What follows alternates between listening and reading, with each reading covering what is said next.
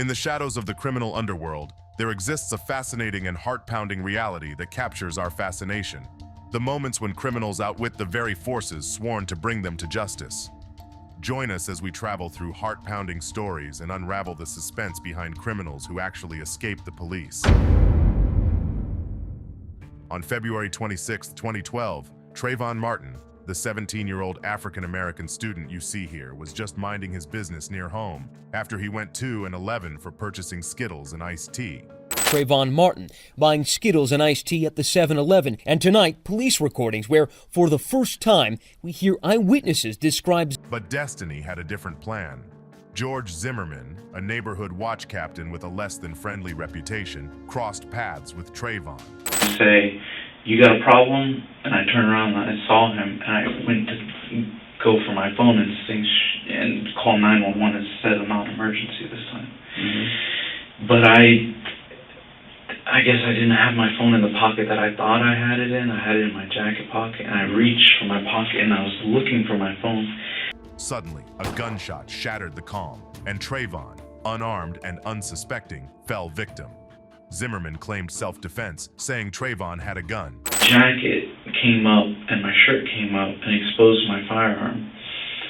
And that's when he sat up and looked and said.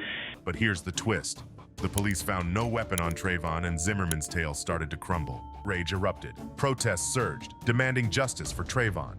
Finally, after weeks, Zimmerman faced charges. A trial began on June 10, 2013, and the nation held its breath. In the Circuit Court of the 18th Judicial Circuit in and for Seminole County, Florida, State of Florida versus George Zimmerman, verdict. The jury's decision stunned. Zimmerman was pleaded not guilty, but the saga didn't end. The U.S. Department of Justice probed Zimmerman for civil rights violations, yet no strong evidence emerged. Zimmerman's voice grew louder. He criticized the government, even President Obama, stirring more tension, to which Obama decided to speak out. When Trayvon Martin was first shot, I said that this could have been my son. Another way of saying that is Trayvon Martin could have been me. And then, in 2014, another chapter unfolded. This time, it's a road rage incident that takes the spotlight. Zimmerman's name pops up again, and another person, Matthew Apperson, becomes part of this story. Apperson accuses Zimmerman of chasing him and causing trouble. Things get heated, gunshots are heard, and Zimmerman ends up hurt. In a lucky twist, Zimmerman doesn't use his gun this time. Apperson faces charges of trying to murder Zimmerman, yet Zimmerman's presence remains in the limelight. But Apperson's family testified it was he who was the victim. With brush in hand, Zimmerman painted his feelings onto canvas. His first creation, a patriotic American flag, made its way to eBay. Guess what?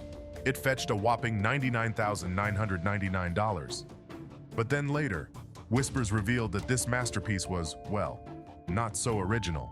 It seems Zimmerman's brush had wandered a bit too close to a stock image, swiped from Shutterstock without a nod of credit. In December 2015, Zimmerman took to Twitter. He shared not just words, but images. Images of a topless woman he claimed was his ex-girlfriend. Accusations flew like arrows, pointing at cheating and theft. And if that wasn't enough, he threw in her phone number and email address for good measure. Oh, but that's not all. Zimmerman's tweet carried a less than pleasant commentary on Muslims, setting off yet another spark in the powder keg. The calendar flipped to May 11th, 2016. The realization struck. Employability seemed to have slipped through Zimmerman's fingers. But fear not, for he hatched yet another brilliant scheme.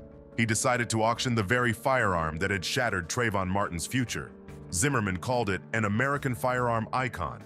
I thought it's time to move past the firearm. And if I sell it and it sells, I move past it.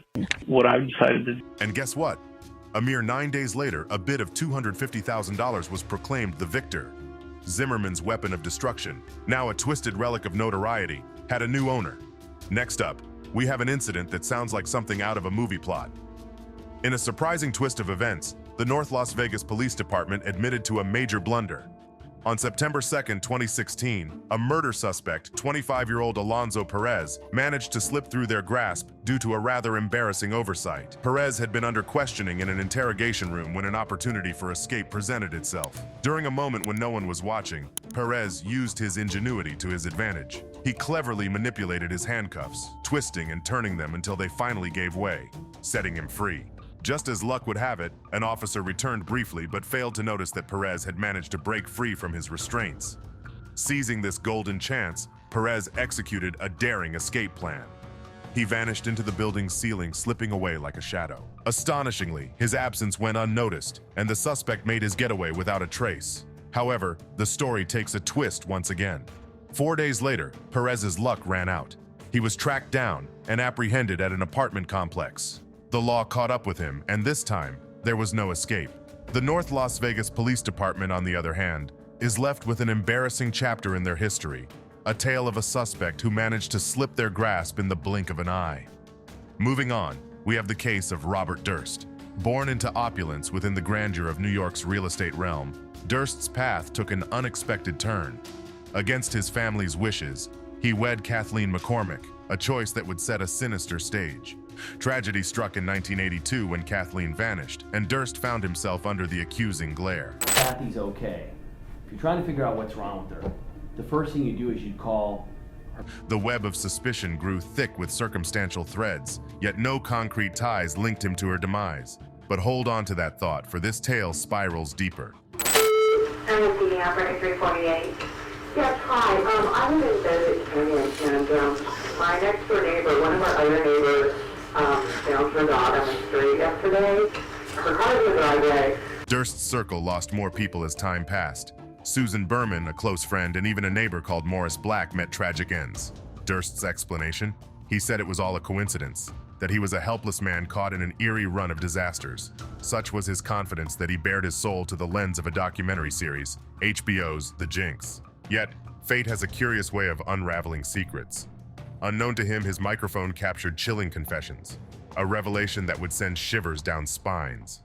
Fast forward to 2018, and justice finally arrives, knocking on Durst's door after decades of evasion. The trial commenced in March 2020, but halted for 14 months, yielding to the relentless grip of the coronavirus.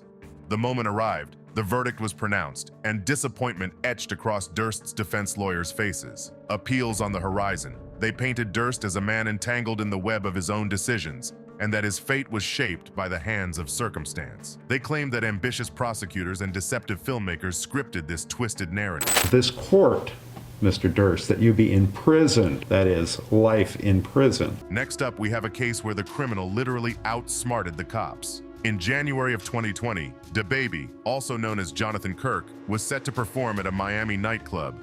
Trouble brewed when the club owner handed him only $20,000 out of the $30,000 owed. The situation escalated quickly. The victim claimed Kirk assaulted him, raining blows on his face, and his crew joined in. A brutal beating followed by a robbery snatching his phone, credit card, and $80 cash. From the Noble Hotel. Allegedly, DaBaby the rapper wanted his $20,000 up front for tonight's show. Caught on a blurry CCTV tape, the event had limited evidence. Kirk fled in a black SUV but later returned to his hotel, only to find the victims and a police squad waiting. Taken to the station under the pretext of an investigation, Kirk's actions turned the interrogation room into a cat-and-mouse game. Refusing to answer even basic questions, Kirk exercised his right to remain silent. Curiously, he waived his right to a lawyer, a bold move considering his financial means. His strategy involved downplaying his connection to the incident. He spun a tale of his manager's encounter with an event promoter offering stolen money, distancing himself from the altercation caught on camera. Kirk highlighted his frequent transactions and lavish spending, portraying himself as far removed from an $80 theft. As the detectives probed for his presence at the crime scene, Kirk skillfully redirected conversations. Despite the lack of legal counsel, Kirk held the upper hand, steering the discussion away from his involvement. In a surprising twist, Kirk doled out advice from behind the interrogation table. He shed light on how interrogations typically operate. When suspects aren't charged immediately, it often means the cops lack solid evidence. His commentary underscored the fact that staying silent and asking for a lawyer are the wisest moves, even for innocent parties.